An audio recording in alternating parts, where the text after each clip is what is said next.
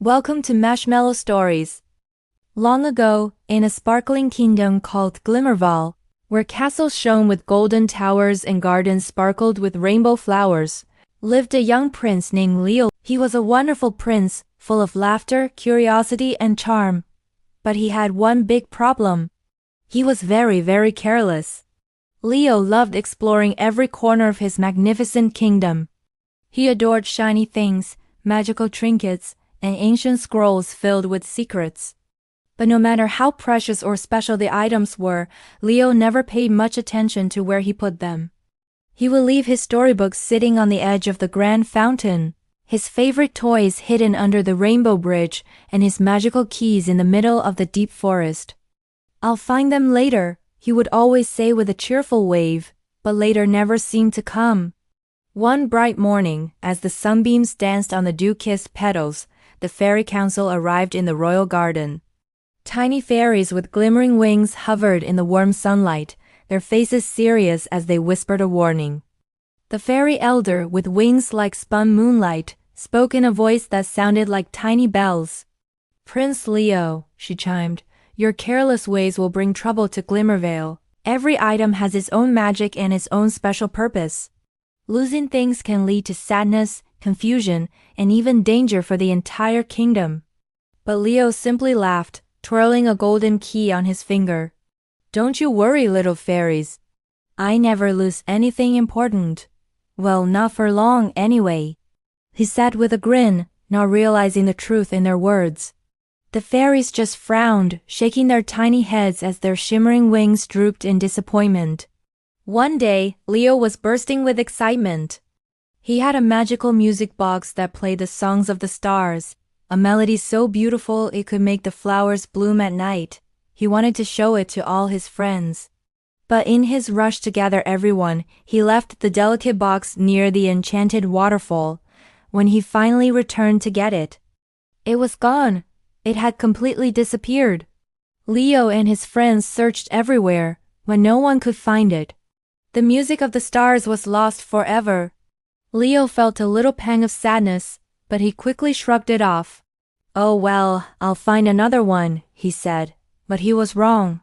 The special magic of that music box was gone, and some things can never truly be replaced. Curious as ever, Leo soon forgot about the music box and ran into the vast royal library. He wanted to find his favorite book of spells to try a new trick. But oh no, the book had vanished from his shelf. In his carelessness, he had left it in the royal stables the day before, and the king's horses had accidentally stepped all over it. The beautiful ancient pages were torn, and the magical spells were ruined beyond repair. Leo looked at the tattered book, his heart sinking. The fairies fluttered in alarm, trying to piece the pages back together with their magic, but it was no use. Leo finally began to understand. If he didn't take care of his things, all the magic, fun, and knowledge in his life would slowly slip away from him, like sand through his fingers. Seeing his sadness, the fairy council decided it was time to teach Leo a very important lesson. They gently led him through a hidden path to the Cave of Reflection, a secret place where all the lost treasures from careless princes of the past were kept. As they entered, Leo gasped. Inside, he saw mountains of forgotten treasures. Glimmering gems, wonderful toys, enchanted keys, and priceless books were all piled in sparkling heaps, covered in dust, unused and unloved. The fairy elder's voice was soft but firm.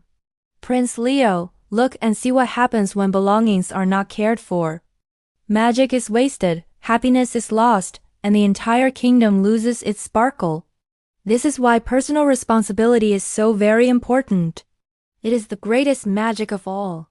From that day forward, Prince Leo made a solemn promise to himself and to the fairies. He decided he would change.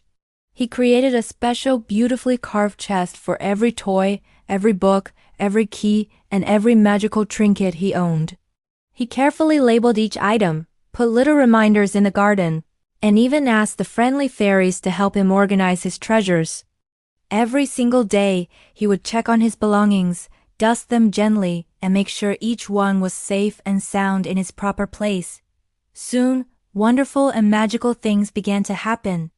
One morning, the music box reappeared, shining brightly. The fairies had hidden it safely, waiting for him to learn his lesson. The torn spell book was magically repaired, its pages glowing with renewed power because Leo had finally learned how to care for it. And as he treasured what he had, his collection grew. New adventures brought new friends, and new friends brought new magical gifts. Prince Leo finally realized that taking care of your belongings isn't just about keeping things tidy.